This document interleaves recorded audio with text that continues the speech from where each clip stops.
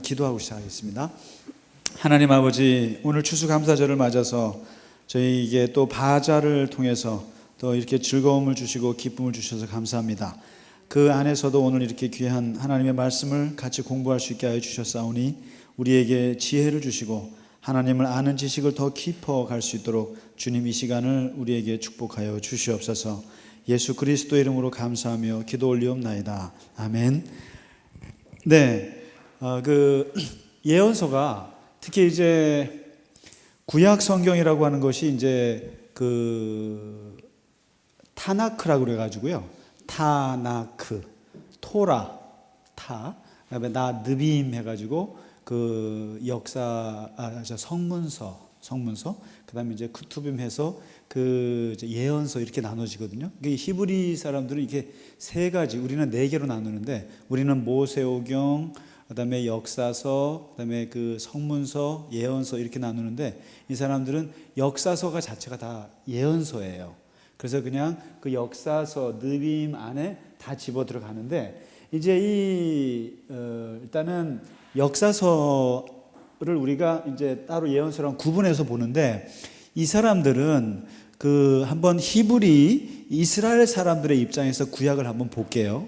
그러니까 모세오경, 그리고 성문서, 쉽게 말해서 시편, 잠언, 그리고 욥기 이런 것들이 있잖아요. 그 다음에 여기서 이제 예언서 이렇게 세 개로 크게 나눠지면 이 예언서를 가지고 전기 예언서, 후기 예언서 이렇게 나눠요. 이 전기 예언서에 소위 말해서 어떻게 보면 여호수아 있죠.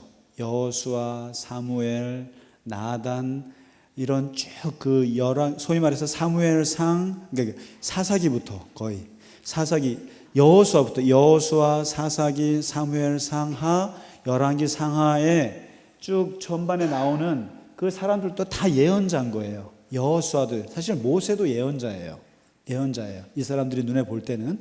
그래서 쭉 전기 예언들이 들어가고 후기 예언서라는 게 소위 말해서 우리가 이번에 공부하고 있는 문서 예언자들 있죠.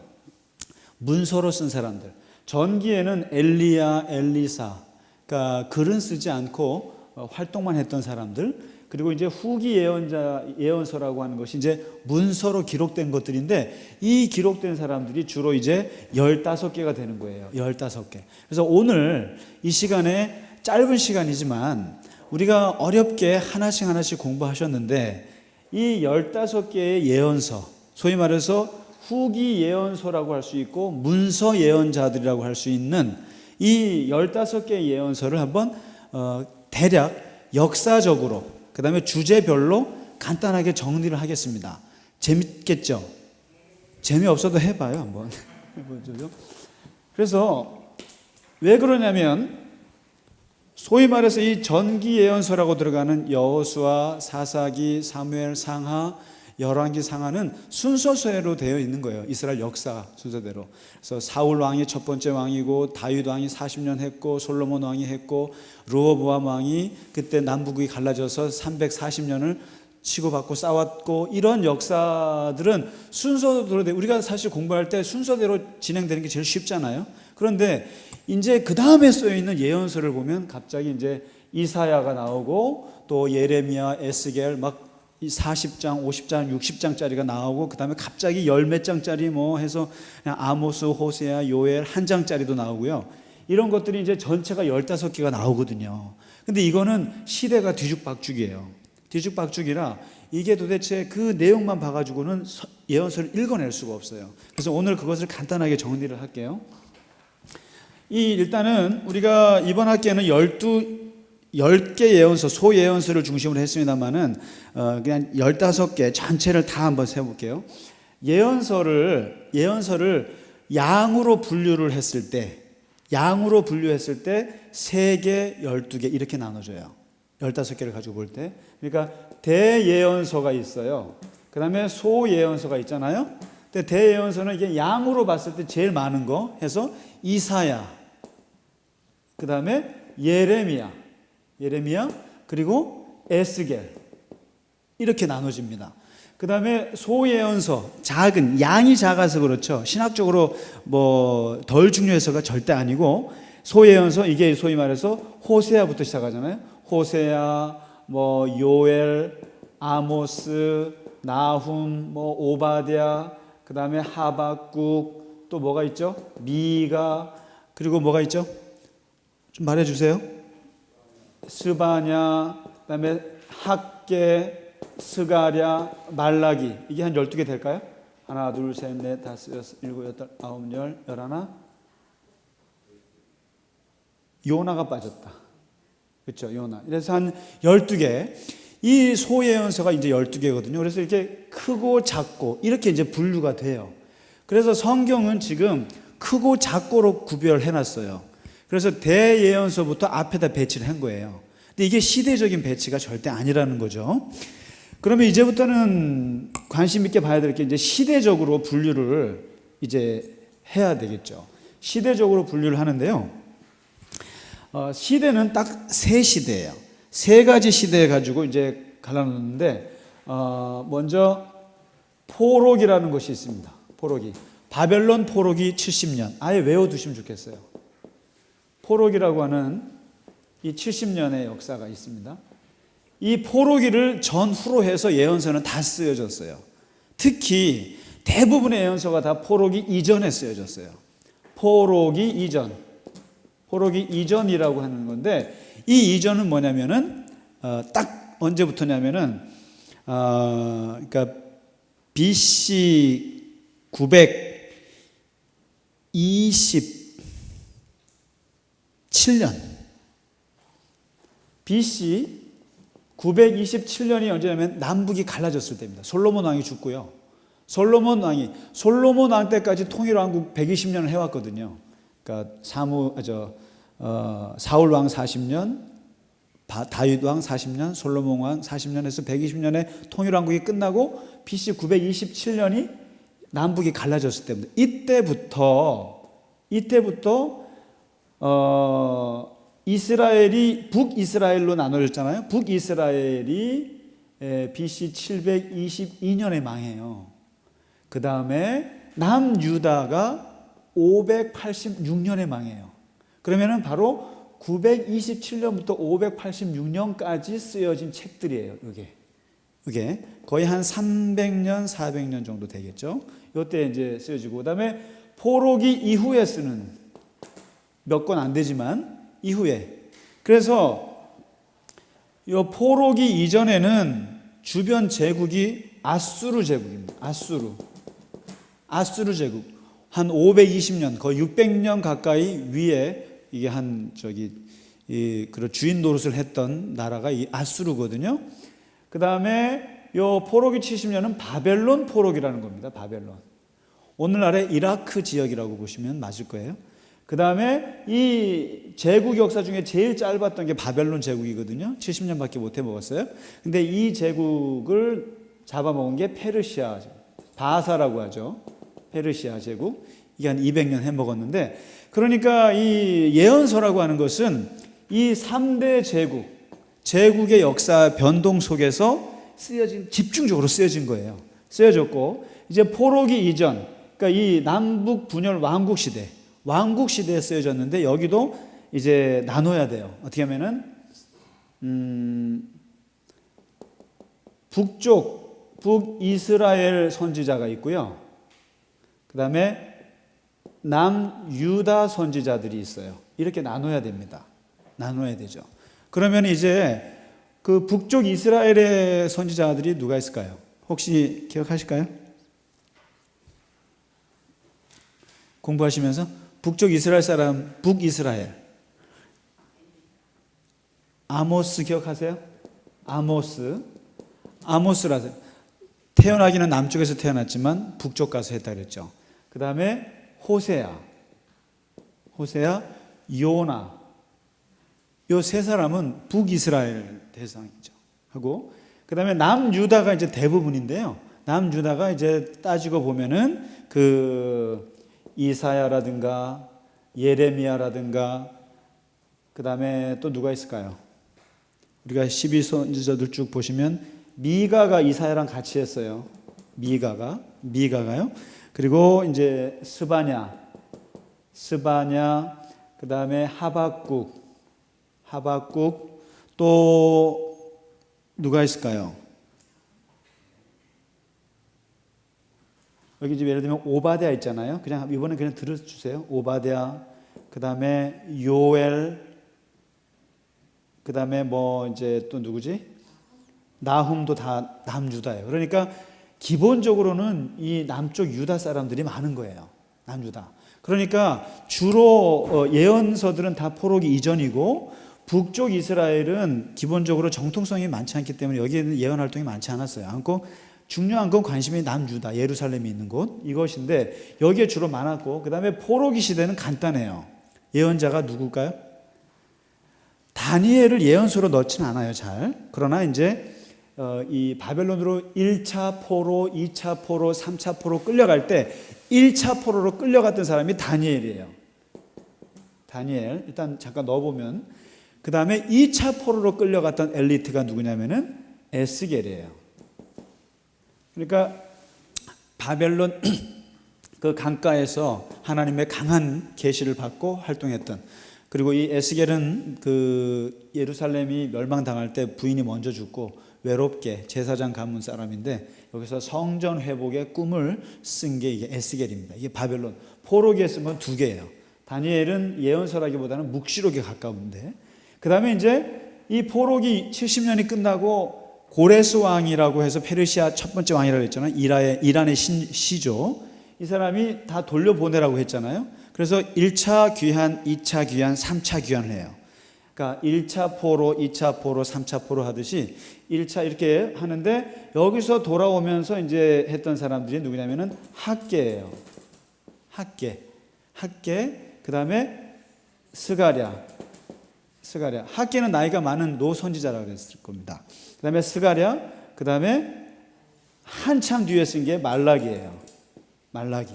이렇게 이 세 가지가 이제 그 진행되는 거죠. 그래서 15개의 그 예언서가 전부 다 포로기 이전, 포로기 이후로 나누어서 이 역사의 소용돌이에서 쓰여졌다는 거죠. 그러니까 나라가 안정되고 이럴 때는 이 예언 활동이라는 것이 이제 없었고, 이제 이렇게 그 역사가 계속 제국들과 더불어서 복잡해졌을 때, 특히 나라가 망하기 직전에 있을 때 있죠. 예루살렘이 이제 여기를 좀 이제 잠깐 주목해서 이제 보겠습니다. 자, 그러면 이렇게 일단은 나눠서 한번 살펴보고요.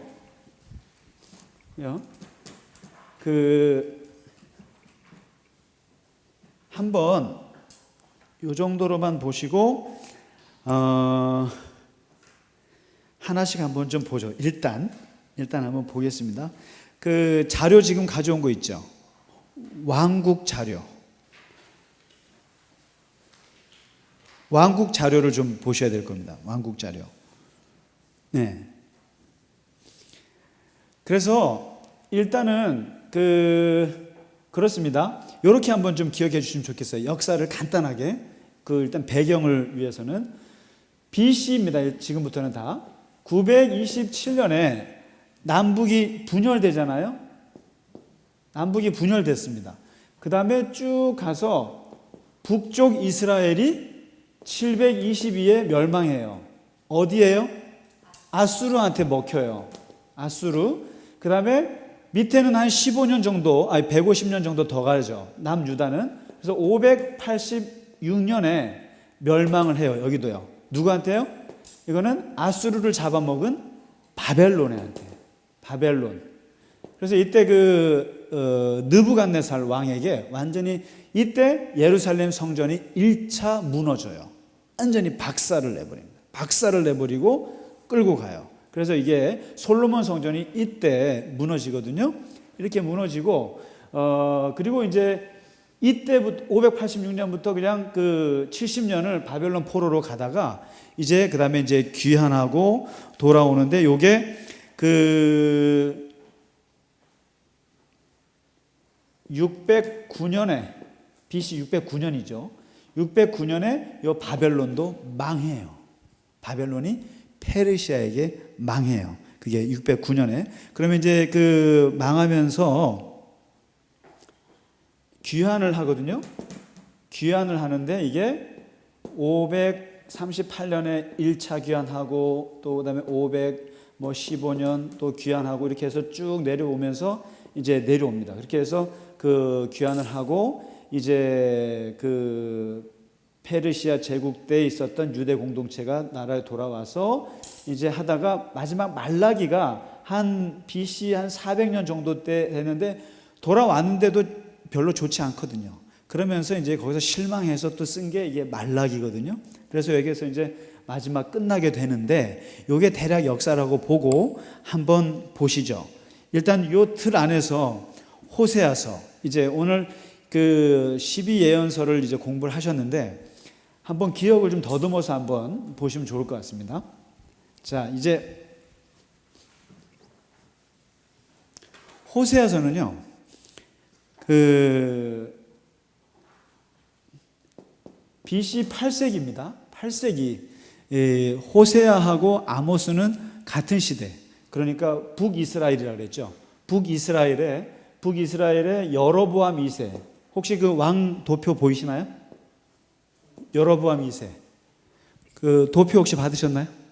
저도 좀 주셔야 되는데 도표를. 저도 그렇게 머리가 좋은 사람은 아니라 도표 하나 있으세요? 예. 예. 그래서 호세아하고요, 호세아, 아모스, 요나는 세 친구라고 보시면 됩니다. 네네, 그겁니다. 예. 그래서 지금 보시면 그 북이스라엘 쪽에 여로보암 2세라고 되어 있죠. 12번째 왕. 그러니까 북이스라엘의 제일 솔로몬 이후에 제일 그 나라 경제가 부흥했던 그때에 그 사회적인 타락을 당하면서 이제 그 막 예언이 많았던 때인데 그때 아모스 먼저 얘기할게요. 아모스 같은 경우는 그 자기 이름의 뜻이 뭐라고 되어 있죠? 들어올리다, 나르다, 주께서 들어올려 쓰신 자. 그래서 아모스의 핵심 주제는 뭐겠습니까? 정의예요. 정의이고 공의, 미슈파트, ጼ데카가 제가 뭐라고 설명드린지 혹시 기억하세요? ጼ데카? 가난한 사람을 돕는 이유가 이걸 보통 구제라고 그러는데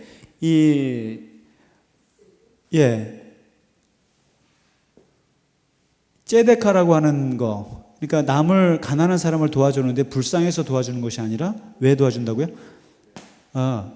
의무라고요. 의무. 그 사람 속에 있는 하나님의 형상이 들어있기 때문에 가난한 사람을 해치는 것은 하나님을 해치는 것이 ጼ데카의 기본 정신이죠. 그리고 이게 유대인들이 가지고 있는 율법 정신 중에 제일 근본적인 정신이 뭔지 아세요? 인간은 하나님의 형상대로 만들어져 있기 때문에 인간의 생명은 매우 존엄하다는 게 율법의 기초예요. 율법의 출발이고 그 출발이 이 ጼ데카에 기초한 거예요. 그래서 제가 난민 얘기도 했을 겁니다, 아마. 그래서 불쌍해서 도와주는 것이 아니라 저 사람, 가난한 사람은 받아 먹을 권리가 있고 넉넉한 사람은 도와줄 의무가 있다고 하는 것이 이게 ጼ데카거든요. 아모스가 말하는 것은 이 ጼ데카가 살아있어야 예배도 살고 신앙도 산다는 것이 이 아모스의 핵심이고, 핵심 구절은 5장 24절. 한번 오늘 좀 찾아보시면서 체크를 하시면 좋을 것 같아요. 그래서 아모스 하면 딱 떠오르는 것이 바로 이 ጼ데카를 떠올리셔야 됩니다. 아모스는요. 그리고 아모스는 다른 예언자하고는 완전히 다르게 사회 구조적인 모순을 지적했던 사람이에요. 아모스는. 그래서 오늘날 사회과학 공부하는 사람들이나 어떻게 보면 사회를 구조적으로 보고 싶어하는 사람들이 굉장히 모델로 삼는 사람이 아모스예요. 그러니까 내 탓이요가 아니고요, 구조적인 문제가 있어라고 하는 그것을 지적한 사람이 아모스라고 볼 수 있어요. 그래서 아모스의 핵심은 바로 5장 24절. 빨간 별표 한 번씩 그어 놓으시면 예언서를 내가 공부했구나. 5장 24절이 그거죠. 오직 정의를 물같이 공의를 마르지 않는 강같이 흐르게 할지어다. 그래야만 번제를 드리건 제사를 드리건 예배를 드리건 그 예배가 사는 것이다. 이것이 이 아모스의 핵심이고요. 그 다음에 같은 시대 같은 현상을 보고 다르게 얘기했던 사람이 호세아예요. 호세아는 약간 뒷사람인데 여로보암 2세의 엄청난 영토 확장, 그 다음에 빈부의 차이가 커지고, 그 다음에 부자들이 굉장히 막 그 극상층 1%가 사는 문화 얘기했잖아요. 명품 문화. 그런 사회에서 아모스는 그런 부조리를 지적을 했고 정의를 외쳤고, 호세아는 거기서 뭘 외치냐면은 똑같은 현상을 보면서도 호세아는 사랑을 외쳤습니다. 사랑. 인애라고 그러죠. 인애. 이걸 헤세드라고 그래요. 헤세드. 하나님의 신실한 사랑을 외칩니다. 그래서 그 사랑을 보여주기 위해서 호세아가 보여준 것이 뭐냐면은 창녀 같은 고멜과 살았던 자기 인생의 샘플을 가지고 보여주게 됐죠. 그걸 보여주게 됐고, 그러면서 거기서 그 고멜을 자기가 외도하는 여인, 외도하는 자기 아내의 모습 속에서 계속 쫓아가면서 사랑하는 그걸 통해서 하나님의 버리지 못하시는 그 사랑, 헤세드, 신실한 하나님의 사랑을 이제 얘기한 거죠. 그래서 호세아서의 핵심 구절은 6장 6절이에요. 6장 6절 찾아보실래요? 6장 6절 어디에 나와 있죠? 읽어보실래요? 나는 인애를 원하고 제사를 원하지 아니하며 번제보다 하나님을 아는 것을 원하노라. 이게 호세아의 핵심이에요. 그러니까 아모스로 말하면 아모스는 나는 제사보다는 정의를 원한다 이렇게 할 거예요. 근데 호세아는 나는 제사보다는 인애가 좋다. 나의 사랑을 원한다. 사랑 원한다. 그래서 12장 6절 호세아의 핵심 구절이기도 합니다. 또 그렇다고 해서 정의를 무시하느냐? 그렇진 않아요. 12장 6절에 보시면은 그런즉 너희 하나님께로 돌아와서 인애와 정의를 지키며 항상 너희 하나님을 바랄지어다. 이게 호세아에서, 그래서 호세아에는 하나님의 가장 성품 두 가지를 다 표현했어요. 우리가 보통 하나님의 성품을 표현할 때 딱 두 가지로 얘기하거든요. 그게 뭐냐면 사랑과 정의예요. 하나님의 두 성품이에요. 하나님은 사랑, 정의인데 이 사랑은 어머니 같은 거고 정의는 아버지 같은 품성으로 나누는데, 이 호세아가 이 두 가지를 다 얘기하거든요. 그래서 주로 헤세드를 이제 얘기하고 있는 것이고, 그 다음에 요엘 가보실래요? 요엘이 참 웃겨요. 이게요, 시대가요, 어떤 학자들도 이 요엘이 어느 시대에 써있는지 몰라요. 그러니까 BC 9세기부터 BC 2세기까지 나눠져 있어요. 쉽게 말하면 포로기 이전인 것 같기도 한데 완전히 포로기 한참 뒤인 것 같기도 해요. 요엘은. 그래서 이것을 밝히지를 못했어요. 근데 그냥 포로기 이전이건 어쨌든 그렇게 아시고 문제가 있다는 것만 알고요. 요엘서는 아주 재밌는 책이에요. 요엘서는 지난주에 우리가 이제 목사님께서 하셨는데 시간이 많지 않으셔서 잘 못하셨습니다만은 요엘서를 한번 펴보시겠어요? 간단히 정리하고 넘어갑니다. 요엘은요, 야훼는 참 하나님이다라는 뜻을 갖고 있는데, 요엘 같은 경우는 제일 핵심 단어가 있어요. 이게 뭐냐면 여호와의 날입니다. 2장 12절 한번 보실래요?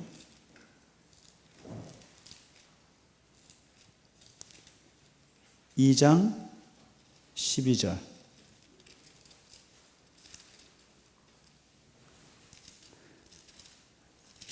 여러분 보고 찾으라고 그러고 제가 찾지를 못하고 있습니다, 지금. 참 이게 이렇습니다. 2장 12절, 그 요엘서에 보면 그 재앙이 많이 나와요. 재앙이. 메뚜기 재앙, 이런 재앙들이 나오는데, 여기서 그 요엘서에서 그 이제 외치는 메시지가 있는데 2장 12절에 한번 보실까요? 읽어볼게요. 여호와의 말씀에 너희는 이제라도 금식하고 울며 애통하고 마음을 다하여 내게로 돌아오라 하셨나니 너희는 옷을 찢지 말고 마음을 찢고 너희 하나님 여호와께로 돌아올지어다. 그는 은혜로우시며 자애로우시며 노하기를 더디하시며 인애가 크시사 뜻을 돌이켜 재앙을 내리지 아니하시나니 주께서 혹시 마음과 뜻을 돌이키시고 그 뒤에 복을 내리사 너희 하나님 여호와께 소제와 전제를 드리게 하지 아니하시는지 누가 알겠느냐. 그러니까 요엘 같은 경우는 지금 멸망할 것이 보여요. 그래서 그 멸망할 날이 언제냐면 이제 여호와의 날이에요.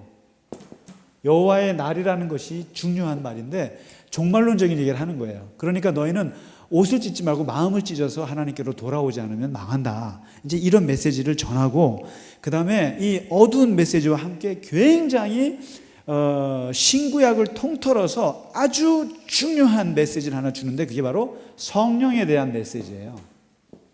성령의 메시지인데요, 이게 2장 28절이에요 28절.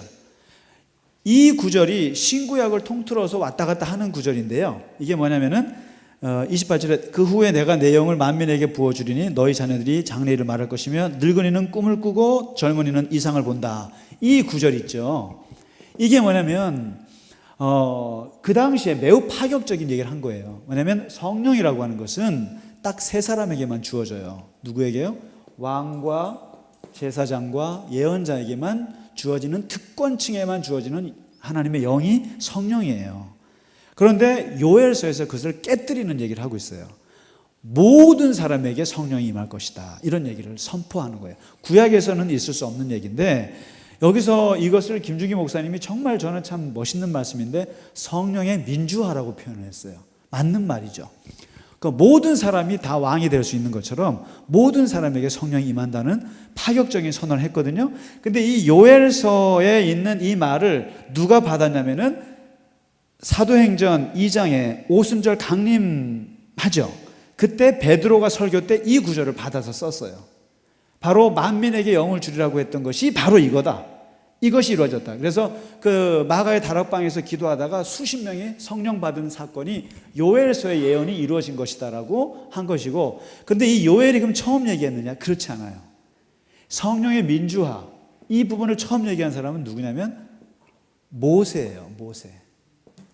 모세 때 이제 그 하나님의 영을 받는 사람들을 이렇게 모았어요. 모아서 이제 같이 나눠서 하는 사건이 있어요. 있는 이야기가 있는데 거기에서 그 70명인가 80명 이렇게 뽑아서 그 사람들에게만 이제 이제 계시를 받게 하는 건데 2명이 결석을 했어요. 결석을 해서 못 왔어요.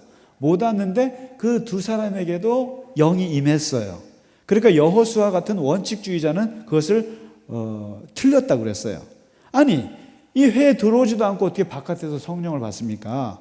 그러니까 모세가 그러지 마라. 나는 모든 사람들에게 하나님의 영이 임하기를 원한다는 말을 했어요. 그때 이미 모세가 성령의 민주화, 모든 사람이 영을 받을 거라고 하는 것을 받았고, 이게 요엘로 넘어와서 요엘이 이 예언을 했고, 이것이 신약에 와서 사도행전에서 실제로 이루어지죠. 그래서 요엘서 하면 이 2장 28절 이 구절이 아주 의미심장한 구절입니다. 그래서 성령에 대한 표현이 아주 잘 나와 있다라는 거, 그게 이제 요엘서가 되고요. 그 다음에 그러면 이제 같은 시대입니다. BC 8세기에 북이스라엘에 이제 호세아 얘기를 했습니다. 그 다음에 아모스 얘기를 했어요. 그 다음에 이 시대에 바로 누가냐면 요나가 있어요. 요나가. 요 세 사람을 좀 묶어주시면 좋겠어요. 여로보암 2세예요. 그런데 호세아나 아모스는 이 이스라엘에 대해서 반이스라엘적인 메시지예요. 쉽게 말하면 이게 지적하는 거죠. 하나님께로 돌아오지 못하는 너희들에게 지적하는 건데, 이 요나는 전혀 이 사람들하고 다른 성격이에요. 왜냐하면 이 사람은 친여로보암이에요. 친여로보암. 여로보암 2세가 쉽게 말하면 굉장히 땅을 넓혔거든요. 그 아수르가 지금 막 내분이 있고 애굽이 그 힘을 못 쓰는 걸 틈을 타서 막 국토 영토 확장을 하고 있었거든요. 근데 아모스나 이 호세아는 그러한 그 번영 속에서 떨어져 생기고 있는 그 어떤 그 영적인 타락에 대해서 지적을 했는데, 요나는 그런 관심이 없어요. 타락 관심 없고 이 사람은 민족주의자예요. 지극히 민족주의자고 그 다음에 영토 팽창주의자예요. 그래서 여로보암에게 쉽게 말하면 왕이시여 계속 우리 나라를 확장하십시오. 확장하십시오. 그러면서 그 예언을 해줘요. 그런 사람이 요나거든요. 요나인데 이런 국수주의적이고 폐쇄적인 이 사람에게 하나님의 메시지가 떨어졌는데 그 메시지가 정말 기가 막힌 메시지죠. 그게 뭐겠습니까? 원수 나라 아수르의 수도 니느웨를 구원하리라는 하나님의 보편적 사랑, 하나님의 보편적 구원, 하나님의 보편적 구원에 대한 메시지가 이 민족적이고 배타적이고 국수적인 요나에게 떨어졌다는 거죠. 그래서 요나서의 핵심은요, 어디에 있을까요? 요나서의 핵심은 마지막 구절입니다. 혹시 찾아보실래요? 이게 요나서가 자꾸만 무시를 당하는 것 같은데 이 요나서는 신학적으로 매우 중요합니다. 이게 찾으라고 해놓고 또 못 찾아요 제가. 요나서가 어디 있죠? 요나서의 핵심은 4장 10절입니다. 10절과 11절이에요. 그 박넝쿨 뜯어진 거 동풍 맞으면서 짜증내고 또 짜증내는 요나에게 하신 하나님의 마지막 말씀이죠. 뭡니까? 네가 길러내지도 않은 박넝쿨을 네가 좋아하듯이 내가 저기 니느웨에 있는 앞뒤 분별 못하는 14만 4천 명의 그 아이들을 내가 사랑하는 것이 12만 명이구나. 그 가축들을 사랑하는 것이 당연한 것이 아니겠느냐. 그러니까 이 요나서의 핵심은 뭐냐면 유대 선민주의와 하나님의 보편주의와의 싸움이에요. 요나서는요. 그리고 이 싸움이 나중에 이 선민주의를 유대교가 벗어나지를 못했어요. 벗어나지 못했고 이 유대교의 선민의식을 벗어나게 했던 게 바로 기독교예요.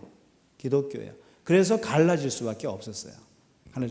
요나서에 이게 이제 나타나 있는 거죠. 요나서에는 유대 민족주의, 자기들만의 민족주의, 선민주의, 다른 이방 민족들은 다 죽여야 한다고 하는 이런 의식을 하나님이 도전하셨고 거기에 요나가 반발했었고 그리고 결국에는 끌려가서 그들에게도 구원을 전한 것이 요나서인데 하나님의 이 보편주의적인 사랑과 유대인들의 이스라엘의 선민주의가 부딪힌 게 요나서고 요나서는 그 고민을 고스란히 드러낸 책이다라는 거죠. 그래서 이게 아주 신학적으로 의미 있는 책이고요. 그 다음에 우리가 이번 학기 공부는 하지 않았습니다만은 오바댜하고 나훔 있잖아요. 나훔을 잠깐 볼까요? 나훔은 이 요나서하고 비교해서 보시면 돼요. 나훔은 뭐냐면요, 이제 요거는 북이스라엘이고요. 나훔은 남쪽이에요. 남쪽인데 나훔은 쉽게 말하면은 요나는 니느웨의 구원이잖아요, 그죠? 아수르의 구원을 얘기한 거잖아요. 근데 나훔은 아수르의 심판이에요. 그러니까 니느웨가 심판당할 거라고 하는 거예요. 너네들 요나의 메시지를 듣고도 또 엉망이 됐거든요. 그래서 그리고 이 아수르가 쉽게 말하면 이스라엘 입장에서는 굉장히 부담스러운 나라잖아요. 그러니까 너네들도 망한다. 그러면서 그 아수르가 망할 거라고 하는 메시지가 나훔서입니다. 그 정도만 일단 좀 참고로 넘어가도록 하고요. 자, 그러면 이제 유다 쪽으로 좀 넘어오실래요? 유다 쪽, 남유다 쪽입니다. 요건 이제 북이스라엘 얘기 잠깐 했고요. 남유다 쪽으로 이제 넘어오시면 이제 그 왕들의 역사를 한번 보실래요? 보면 이제 오바댜가 사실 굉장히 그 초반의 사람입니다. 오바댜는 또 쉽게 말하면 에돔이라는 나라 있죠. 에돔. 에서의 후예가 세운 나라가 에돔이에요. 그러니까 에돔이나 또 옆에 아람이나 이런 나라들은 있죠. 여기 자질구레한 나라들 있죠. 이런 거는 다 형제 나라들이었어요. 사실상 노아의 후손들 또 그 이전의 후손들로 해서 사실상은 같은 그 형제 정도예요. 에돔도 쉽게 말하면 에서 누구죠? 야곱과 에서잖아요. 그러니까 에서 형의 그거예요. 그러니까 에돔하고 아수르나 바벨론이나 애굽이나 페르시아하고는 급이 달라요. 전혀 달라요. 그러니까 아수르는 이거는 큰 제국이고요. 그야말로 타인이에요. 타국. 그런데 에돔이나 아람이나 뭐 이런 거는 자질구레한 그 옆에 족속들이에요. 블레셋 이런. 그러니까 거기는 규모들이 만만한 거예요, 서로가. 근데 이제 오바댜서는 이 에돔에 대한, 형제 나라인 에돔에 대한 심판을 얘기하는 겁니다. 그렇게 그 정도만 가고요. 그 다음에 이제 그 앞에 그 시대 순으로 한번 보면서 조금 다뤄줘야 될 게 누구냐면은 저 사람입니다. 스가랴 한번 보시겠어요? 스가랴가 아니라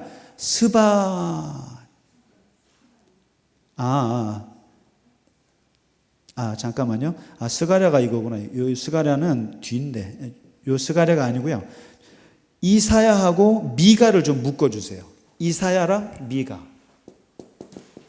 이사야하고 미가를 묶어주시면 됩니다. 그리고 이 이사야는 그 유대 왕 중에 지금 12번 보실래요?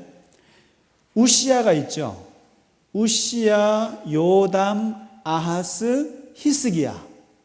요까지를 한번 보십시오. 12, 13, 14, 15대. 요 시대에 히스기야가 아주 그 하나님께 예쁨 받은 사람이잖아요. 그래서 요 미가와 이사야는 같은 시대에 살았고, 그다음에 이사야 같은 경우는 히스기야는 좋았는데 그 아들 므낫세 있죠. 므낫세가 나라를 망쳐먹었다고 그랬죠. 쉽게 말하면 므낫세가 최고로 유다에서는 악한 왕이에요. 그래서 55년 동안 아버지가 해놓은 신앙의 길을 다 부셔버린 사람이거든요. 그래서 이사야가 므낫세 때 죽어요. 므낫세 때 죽는데 이 이사야 같은 사람은 요 시대에 이런 왕들과의 멘토 역할도 하기도 하고 결국에는 그 왕에게 죽임을 당하기까지 하는 사람인데, 이사야서는 이제 이때부터도 그거예요. 이쪽 북이스라엘은 거의 이제 이미 망하려 그러고, 이제 남쪽도 그렇게 좋은 상황은 아닌데, 이사야에게는 어떻게 보면 이제 그 회개할 것을 얘기하면서 동시에 이사야의 가장 특징적인 내용은 뭐겠습니까? 메시아예요. 메시아에 대한 이야기. 그래서 이스라엘 사람들이 제일 좋아하면서도 싫어하는 책이 이사야예요. 왜요? 그 고난받는 종이 있잖아요. 고난받는 종을 우리는 누구라고 얘기를 하죠? 예수님하고 맞추잖아요. 그래서 이사야에서 말하는 모든 그 메시아가 다 우리는 예수님이라고 하니까 유대인들은 그게 듣기 싫은 거예요. 그래서 이사야를 별로 안 좋아한다고 그래요. 근데 기독교에서는 이사야서를 되게 좋아하고요. 그 다음에 예수님도 이사야서를 엄청나게 많이 인용을 했어요. 특히나 한번 보시면 내가 왜 사역하는지 아니? 이사야서의 걸 끌고 오셨어요. 성령이 임하면 내가 가난한 자에게 복음을 줘. 이게 다 이사야 얘기거든요. 그래서 그 이사야는 나중에 한번 대예언서 한번 따로 공부해 볼 만큼 중요하고, 그 다음에 이 미가가 있죠. 미가를 공부하셨는데 이번 학기에 미가가 강조했던 핵심 구절이 어딜까요? 한번 찾아보실까요? 미가, 요나서 다음에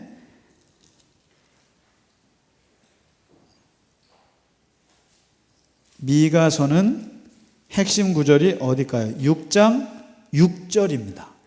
미가서는 한번 6장 6절, 7절, 8절.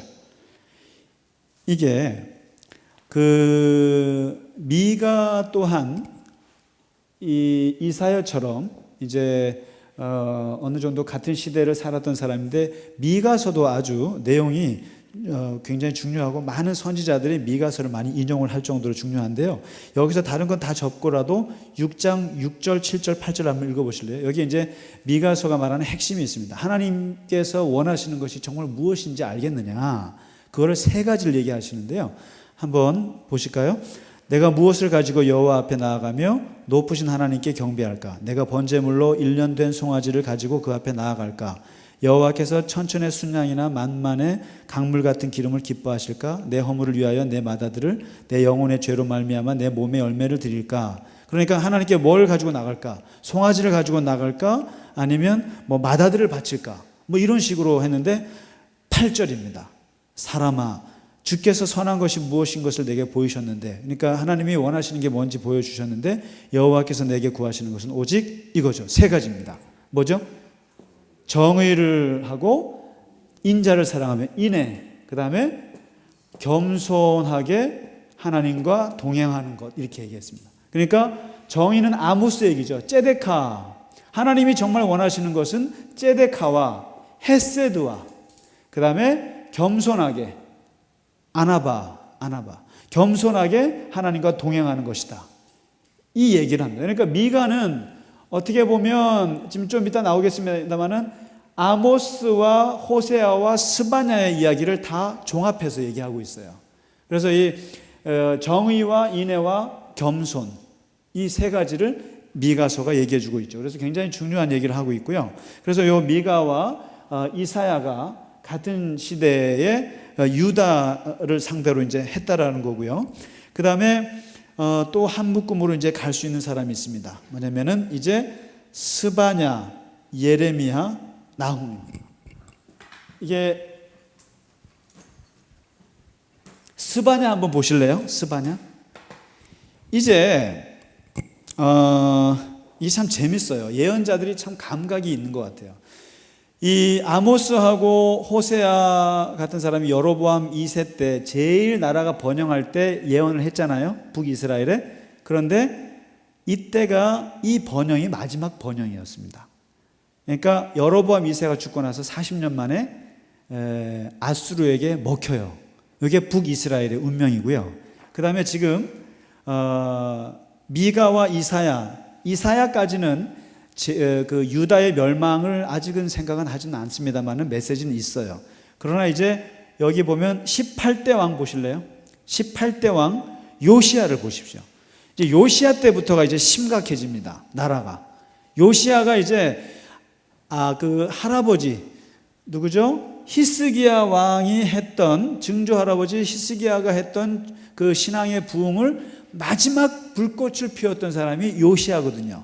요시야가 아버지, 할아버지가 다 망쳐버렸잖아요. 므낫세가 55년 동안 다 망쳐놨고, 그게 보기 싫어갖고 그 므낫세 아들 아몬, 요시야 왕의 아버지죠. 아버지는 2년 만에 백성들이 끌어내려서 죽여버렸어요. 그러니까 그 할아버지 하던 짓을 그대로 하니까, 그렇게 해서 8살 때 아버지 죽는 걸 본 거죠. 사도세자처럼, 아니지, 정조처럼. 아버지 죽는 걸 봤던 사람이 요시야고, 이 요시야가 8살 때 왕이 돼서 16살 때 하나님을 만나고 20살 때 성전을 청소하기 시작해서 26살 때 거기서 성전에서 율법책을 발견하잖아요. 그리고 26에 대대적인 종교개혁을 일으켜가지고 나라의 유월절을 다시 회복시켰던 사람이 요시야거든요. 근데 이 요시야를 이렇게 만들었던 마지막 신앙에, 그래서 요시야는 전에도 없었고 후에도 없는 왕 중에 제일 칭찬받는 사람이 요시야예요.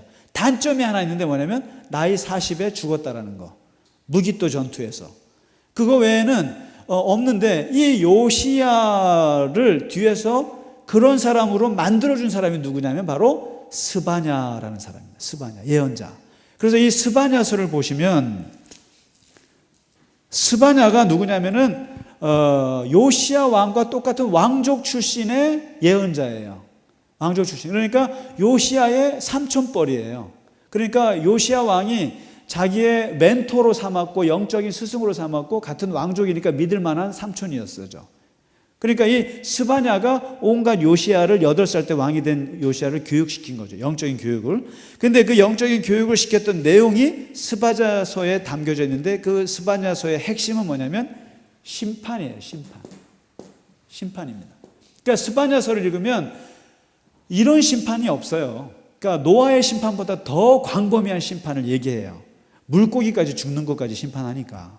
그러니까 이 심판, 그러니까 어린 요시야에게 그 스바냐의 메시지는 매우 무서웠을 것이고, 그리고 이 무서운 이야기가 어떻게 보면 신앙을 딱 지킬 수 있는 하나의 힘이 될 수도 있었던 거죠. 그래서 이 스바냐의 그 핵심은 심판인데, 스바냐서에서의 심판과 더불어 그 심판에서 살아남을 수 있는 길은 무엇인가?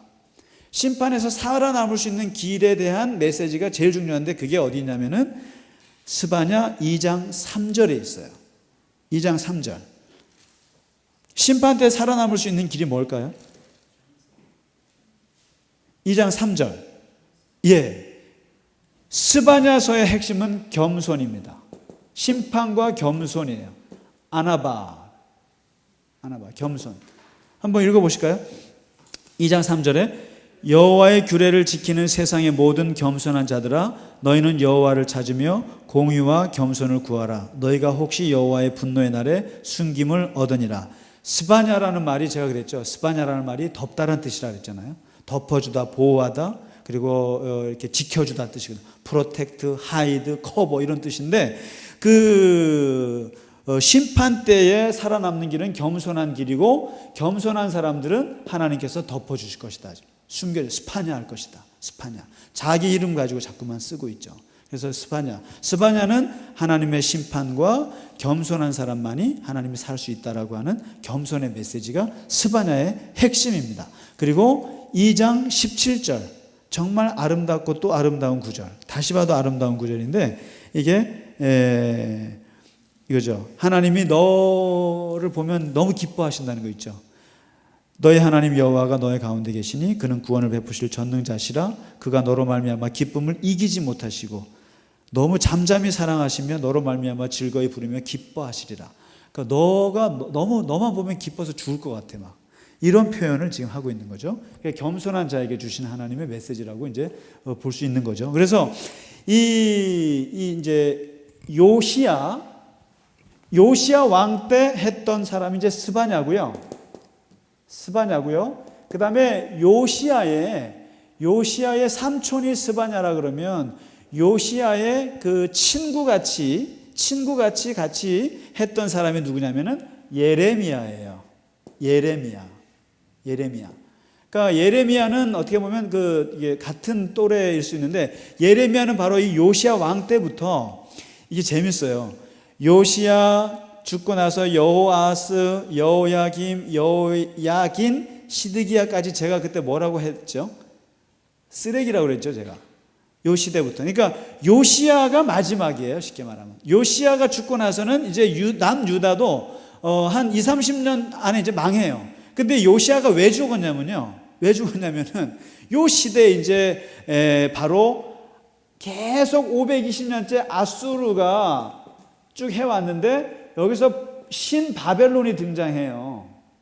바벨론이 이제 등장을 해요. 그리고 요 아수르 요 사이에 이스라엘이 있단 말이죠. 이스라엘, 유다가 있단 말이죠. 그 다음에 여기에 애굽이 있어요. 애굽. 이렇게 있는데, 얘네한테 계속 당했단 말이죠. 북이스라엘 형제들도 얘네한테 먹혔거든요. 그런데 남유다는 이제 마지막 거 두 지파 남아가지고 그냥 15년, 150년 정도 좀 더 가고 있는데, 이때 요시야 왕 때 아수르가 무너지기 시작해요. 이렇게 깔아앉으니까 대신 바벨론이 막 지금 부강이 되는 거예요. 중국이 부강하듯이. 그러니까 어떻게 하겠어요? 애굽이랑 아수르가 손을 잡았어요. 손을 잡아가지고 이 연합군으로 얘네를 치려고 그런 거예요. 쉽게 말하면 중국이 부상하면 러시아랑 미국이 같이 해갖고 이렇게 누르듯이 그런 거죠. 연합을 했는데 어디 가겠어요? 이 이스라엘을 지나가요. 바로 느고라는 왕이 여기를 지나가서 아수르 왕을 만나서 치러 가려고 그러는데, 여기 가는데 무깃도에서 가는데 요시야가 막은 거죠. 못 간다. 쉽게 말하면 제가 그랬죠. 명나라 칠 테니까 길 좀 비켜달라고 할 때 우리가 이순신 장군이 미쳤네요? 그거를 어떻게 해요? 막을 수밖에 없잖아요. 그런 것처럼 막다가 죽었거든요. 그래서 이때부터 요시야가 죽으니까 이 애굽한테 죽은 거거든요. 그러니까 애굽이 여기를 이제 먹기 시작한 거죠. 애굽이 남유다를 그냥 잡았다 당겼다 하면서 여호아스, 여호야긴 가다가 결국에 이것도 나중에는 시드기야라는 사람, 마지막 시드기야 있죠. 이 사람이 여기서 또 왔다 갔다 하다가, 그 다음에 이 바벨론하고 애굽 사이에서, 아수르는 이미 죽었고 이 사이에서 이 유다가 어떻게 해야 될지를 모르는 시절이 바로 요시야 때부터 마지막이에요. 요때 누가 있었냐면 바로 예레미야가 활동했어요. 예레미야가. 그래서 요시야가 죽었을 때 친구 요시야가 죽었다고 애가를 썼잖아요. 애가를 썼고, 그 다음에 사람들이 이제 여기서 이제 국론 분열이 생긴 거예요. 어떤 분열이 생기냐면은 친 바벨론이 좋으냐 친 애굽이냐 이 싸움이 벌어진 거예요. 그래서 사람 쉽게 말하면 친일이냐 친중이냐 이런 거 우리 너무 똑같아요. 나는 이거 볼 때마다 우리나라하고 어쩌면 이렇게 똑같을까? 이게 똑같을까 싶어요. 그래서 이때 예레미야가 외친 메시지는 오늘 그냥 참고로 말씀드리면요. 예레미야가 메시지는 너네는 어차피 먹힌다. 먹히는데 우리가 포로로 끌려가게 될 것이다. 근데 포로로 끌려가는 게 어차피 잘 됐다라고 외친 사람이 예레미야예요. 어차피 살아날 궁리하지 마라. 내가 볼 때 그래서 이 예언자들은 굉장히 오늘날에 보면 국제관계 전문가예요. 거의. 그러니까 어차피 너네 바벨론한테 먹힐 거니까 준비해라. 준비해서 한 번쯤 가서 당하는 것도 괜찮다. 그리고 속 편하게 생각해라. 한번 포로로 당해서 사는 것도 우리 역사에 어떤 뭔가 좋은 게 있을 것이다라고 예레미야니까 얼마나 미움받았겠어요. 그래갖고 엄청 얻어맞았던 사람이 예레미야고, 그리고 결국 망할 때까지 해서 결국 이 사람은 예레미야는 애굽으로 가서 거기서 마지막 생을 마쳤던 사람이 예레미야거든요. 그래서 눈물만 맨날 흘리다 죽었다 그래서 예레미야는 눈물의 선지자다라고 얘기를 하죠. 그래서 이런 식으로 이제 요 역사의 혼란기에 이제 있었던 사람들. 그래서 정리하겠습니다. 남유다로 돌아와서 지금 미가, 그 다음에 이사야, 그 다음에 이제 스바냐 얘기했죠. 그 다음에 또 얘기해 드릴 사람이 누구냐면은 하박국이에요. 요 예레미야랑 비슷한 시대예요. 하박국, 오늘 목사님 설교하셨잖아요. 하박국은요, 바로 딱 요 경랑의 시절이에요. 바벨론이 막 부강하면서 이 바벨론에 대한 트라우마가 극에 달한 게 하박국서예요. 그러니까 아까 목사님께서 이제 트라우마 얘기하셨는데, 하박국서의 트라우마는 뭐냐면은 이 바벨론의 공포예요. 얼마나 공포가 강했느냐면은 여기서 이제 하박국서에서 지적하고 있는 게 그거예요. 하나님이 우리를 심판하는 건 좋습니다. 우리를 심판하는 건 좋은데, 근데 왜 우리보다 악한 사람을 들어서 심판하시냐고. 이게 하박국의 문제 제기예요. 왜 악인이 의인을 심판합니까? 이거예요. 아니, 의인이 심판을 해야지 왜 악인이 의인을 심판해서 그럴 수가 있느냐. 그리고 어떻게 악한 사람이 더 형통하고 어떻게 선한 사람이 더 고통스럽냐. 이게 하박국의 질문인데, 이것을 일컬어서 신학적으로 신정론이라고 합니다. 신정론. 이 신정론을 다룬 책이 바로 하박국과 욥기입니다. 욥기의 질문이 뭐예요? 왜 선하게 살고 신앙생활을 잘한 사람이 왜 고난을 당하느냐, 이거잖아요. 근데 이 하박국서는 왜 악한 사람이 선한 사람을 심판할 수 있으며 왜 의인이 고통을 받고 악인이 왜 더 형통하냐, 어떻게 이럴 수가 있느냐, 이거는 나는 이해를 할 수 없다라고 던진 질문이 하박국서의 질문이고요. 거기에 대한 대답이 하박국서의 하나님의 대답이고, 하박국서의 핵심 구절을 보실래요? 하박국서의 핵심 구절은요, 이게 이제 유다의 멸망을 바라보면서 괴로웠던 사람들이 바로 이 예레미야, 그 다음에 하박국 같은 사람인 거죠. 2장 4절이 핵심 구절입니다. 하박국서 2장 4절. 2장 4절. 2장 4절. 뭐라고 되어 있는지 아세요? 의인은 그의 믿음으로 말미암아 살리라. 그러니까 여기서 이제 의인이 어떻게 살아갈 수 있습니까? 라고 하는 질문 속에 의인은 믿음으로 살리라. 근데 이 믿음이라는 말이요, 에무나라는 히브리어입니다.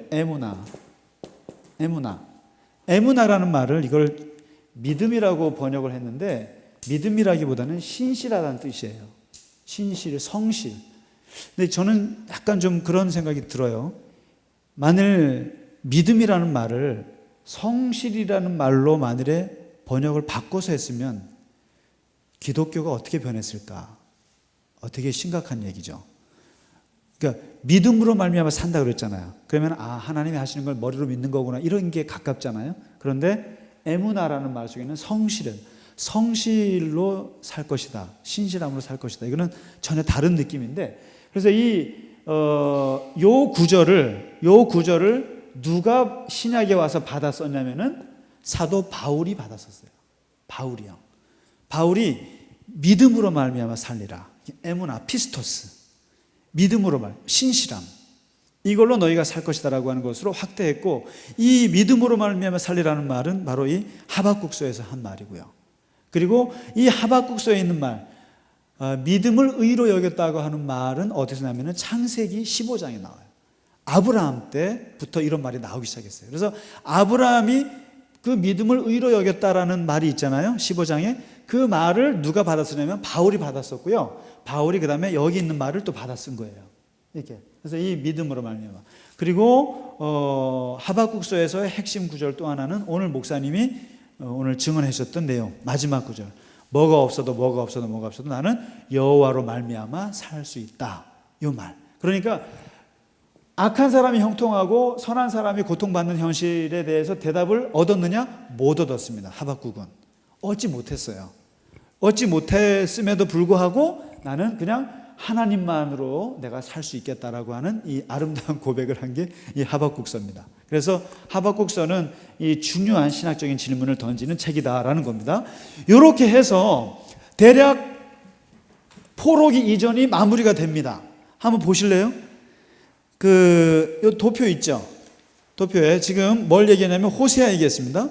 요엘 얘기했습니다. 아모스, 오바댜, 요나, 미가, 그 다음에 나훔까지 얘기했고 하박국 얘기했습니다. 스바냐 얘기했어요. 자, 그러면 이제 요까지가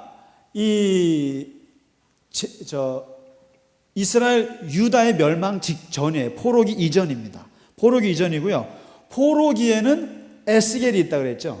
에스겔은 간단합니다. 어떻게 보면 환상을 많이 봤는데 이 사람은 일찌감치 부인을 잃고 그 2차 포로 끌려가서 거기서 이스라엘의 성전이 회복될 것이라고 하는 환상을 준 사람이 에스겔이에요.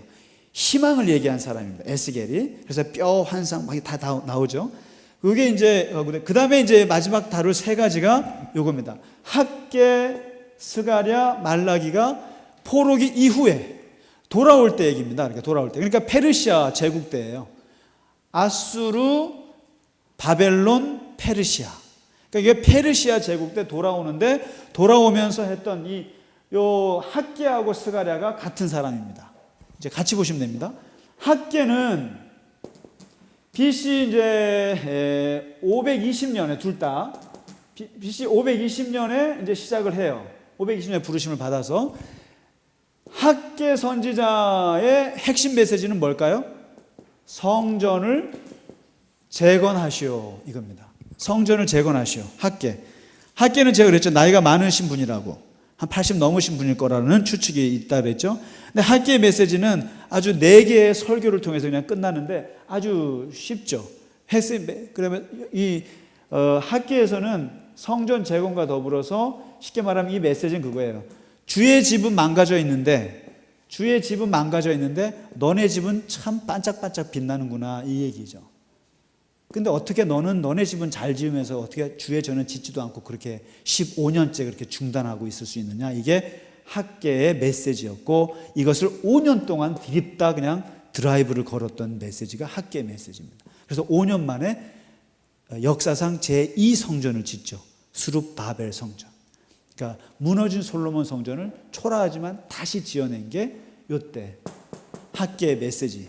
이 메시지이고요. 그래서 이 학개에서는 어떻게 보면 신앙 공동체와 공동체 윤리에 대한 이야기가 좀 많이 담겨져 있다고 봅니다. 그러니까 과연 교회 공동체가 중요하냐, 내 개인이 중요하냐, 국가 공동체가 중요하냐. 특히 이스라엘 사람들에게 있어서는 성전이라고 하는 재건은 이것은 영적인 회복을 뜻하는 거죠.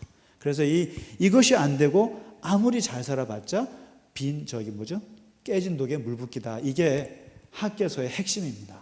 그러니까 하나님의 성전을 무너뜨리고 너 뭐 잘 될 거라고 생각하지 마라. 이게 학개서의 메시지고요. 그러니까 굉장히 직설적이죠. 그 다음에 학개와 똑같이 부르심을 받았던 한 달 차이, 2달 차이로 부르심을 받았던 사람이 스가랴입니다. 스가랴. 그 흔한 이름, 하나님이 기억하신다는 뜻인데 이 스가랴는 20대 청년이에요. 이게 80대 노인이면은 20대 청년이에요. 그리고 이분은 본토 출신으로 해서 끌려갔다가 돌아오신 분이라고 볼 수 있어요. 그런데 이 스가랴는 바벨론에서 태어난 제2세대예요. 바벨론에서 태어난. 그래서 이 사람의 관심은 뭐냐면 딱 두 가지예요. 그 조상 때부터 들었던, 제사장 가문인데 조상 때부터 들었던 뭐냐면은 예레미야 선지자가 예언했던 거 있죠. 70년 전에.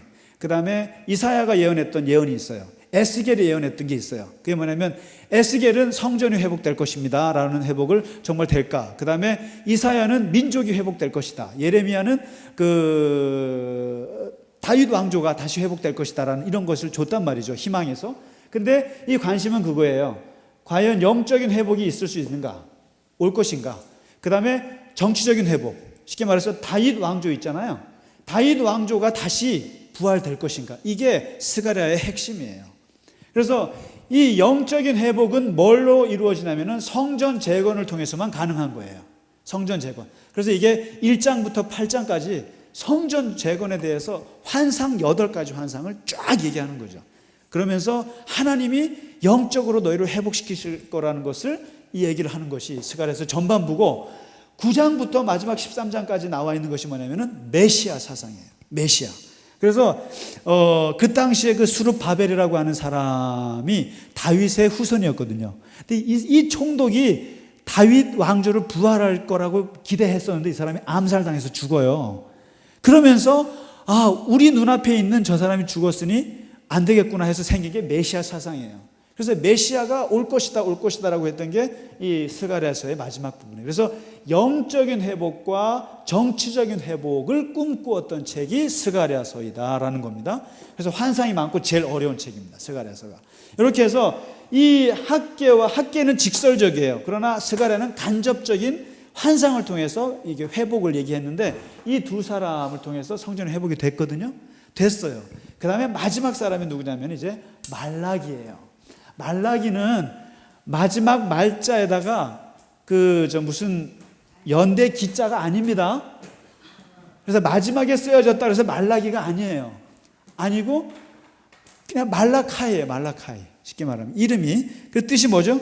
야훼 사자라는 뜻이랍니다. 야훼. 이 말라기의 핵심은 뭐냐면 성전을 짓고 나니까 잘 될 줄 알았어요. 근데 안 돼요. 돌아와서 성전을 짓고 사람들 별로 나아진 것도 없고 좋아진 게 없어요. 그러면서 사람들이 그 성전을 회복하고 나서 한 100년 지나면서 사람들이 맥이 쭉쭉쭉 빠지는 거예요. 이제 이때부터 이제 어떻게 보면 말라기는 정말 마지막인데 이러고 이제 쭉쭉 빠지는데 거기서 뭐냐면은 도대체 하나님이 우리를 도와주시나? 그렇잖아요.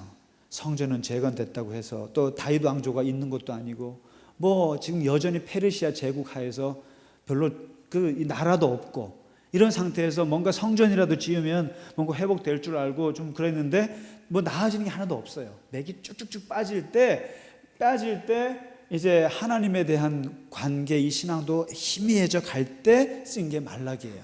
그래서 그 말라기의 핵심은 언약입니다. 언약이에요. 한번 보실래요? 마지막 힘을 내서 한번 보실래요? 그 말라기에서는 마치 말라기는 무슨 11조 얘기한다고 그래갖고 말라기 11조 많이 하면 복 받는다고 그 본문으로만 생각하시는데 천만의 말씀이고요. 말라기는 정말 재밌는 책이에요. 사실 한번 잘 보세요. 뭐냐면 얼마나 이 말라기가 재밌는지 몰라요. 그 표현이 우리가 하나님이 하나님이 너희를 사랑한대. 하나님 우리를 사랑한다고요? 어떻게 해요? 뭘 갖고 사랑하시는데요? 이 비아냥거림. 그리고 이제 그러면 이제 그 말라기가 또 이런 말을 하죠. 그러니까 너희가 하나님을 멸시하더라. 우리가 언제 멸시했는데요? 우리가 왜 하나님을 멸시합니까? 그러니까 이제 우리가 우리가 하나님을 멸시한 적이 없는데 왜 멸시한다고 그러세요? 그러니까 너네 바치는 재물 보면 정말 기분 나빠 이거죠. 야, 너 먹던 떡 그거 너네 회사 여기 그대로 나와 있어요. 너희 회사 시키면 회사 사장님한테 너 그거 드릴 수 있니? 이게 뭐라 나오는지 아세요? 그런 거예요. 너 하나님께 드리는데 희생 제물을 바치는 것이 어찌 악하지 않냐며 이러면서 저는 거 병든 것을 드리는 것이 어찌 악하지 않냐 이러면서 그것을 너희 총독에게 드려봐라. 너희 총독한테 그 썩은 거 너 음식 줄 수 있어? 그러면서 교회에 와서는 그거 준다? 그러면서 그게 멸시라는 거죠. 그런 식으로 관계에서 얘기하고요. 그 다음에 야, 너 하나님 좀 괴롭히지 마. 그러니까 우리가 언제 괴롭히셨는데요? 하나님 언제 괴롭혔는데요? 뭐 이런 질문들. 그 다음에 뭐 너 왜 우리 거 도둑질하니? 너 왜 하나님 거 도둑질하니? 그러니까 우리가 언제 하나님 거 도둑질했는데요? 그러니까 그 도둑질이 뭔지 알아? 그게 바로 11조야 이거예요. 그래서 이제 나온 얘기예요. 그러니까 하나님과의 언약을 맺고 있는데 그 언약 관계에서 하나님을 사랑하지도 않고 하나님을 멸시하는데 우리가 근데 여러 면에서 다 이런 것들을 이제 질문하고 받고 하면서 이제 얘기를 하는 거죠. 그러면서 말라기서의 핵심은 3장 16절입니다. 3장 16절이에요. 뭐냐면 그리고 이제 너네 왜 하나님께 대적하냐? 그러니까 우리가 언제 대적했습니까? 언제 대적했습니까? 막 따지는 거예요. 그러니까 이 교만한 게 대적이다. 뭐 이런 식으로 대답하는 건데 여기서 이제 그 말라기 같은 경우는 하나님과 우리 사이의 언약 관계, 인격적인 관계를 유지하려면 이게 제일 중요해. 그게 바로 16절입니다. 한번 읽어보실까요? 시작. 그때 여호와를 경외하는 자들이 피차에 말하며 여호와께서 그것을 분명히 들으시고 여호와를 경외하는 자와 그 이름을 존중히 여기는 자를 위하여 여호와 앞에 있는 기념책에 기록하였음이니라. 뭐냐면 언약을 유지하기 위해서 제일 중요한 것은 경외라는 거죠. 핵심입니다. 경외고 경외라고 하는 것은 존중이다라는 것이죠. 존중. 하나님을 존중해라. 까불지 말고 이거죠. 그러니까 뭐 하나님께 대적하지 말고 존중하고 경외해야. 그래서 도둑질하지 마라. 11조 도둑질하지 말고 그다음에 뭐 하지 말고 재물 같은 거 이런 것들 얘기하면서 결국에 그 말라기에서는 하나님을 경외하는 것이 중요하다. 존중하는 것이. 자, 이렇게 해서 이제 하고 결국에 마지막에 엘리야 같은 사람이 올 것이다라고 하고 끝나요. 그 엘리야 같은 사람이 올 것이다라고 마지막 절에죠. 마지막 절에서 앞에 5절에 엘리야가 올 것이다라는 말을 남기고 말라기가 끝나면서 구약이 끝나거든요. 그리고 정확히 40년 만에 누가 오냐면은 세례 요한이 등장하면서 신약이 시작이 되죠. 신약이. 그래서 이제 이 말라기로 해서 이제 끝나고 400년이 지난 후에 이제 예수님이 등장하는 것인데요. 이 이제 400년 동안에 있었던 이야기들이 많지만 이제 이때 재밌는 게 그 구약 성경이 전체적으로 만들어졌던 시절이 바로 이 바벨론 포로 시절 있죠. 바벨론 포로로 끌려갔을 때 이때 모세오경, 역사책, 역대기, 상하 이런 책들이 완성이 되고 모아진 때가 바로 이 포로 시절 때입니다. 그러니까 이때 유대인이라는 말이 처음 생겨났고 이때부터 유대인들이 정경, 구약 성경을 모았습니다. 그러니까 어떻게 보면 좋은 또 때이었던 것도 같아요. 그러니까 고난의 시절이었는데 이때 자기네 역사를 그때 역사 반성했던 것들이 이게 구약으로 나와 있습니다. 그러니까 이 구약 성경은 바로 이 바벨론 포로 시절 페르시아 밑에 있을 때 그때 거의 다 완성이 됐다고 생각하시면 되고 그때 이스라엘 사람들이 생각하고 있는 자기들의 역사관이 여기에 배어져 있습니다. 그래서 이렇게 해서 그게 예언서에 녹아져 있습니다. 아유, 고생 많으셨습니다. 정리하시느라고 고생 많으셨습니다.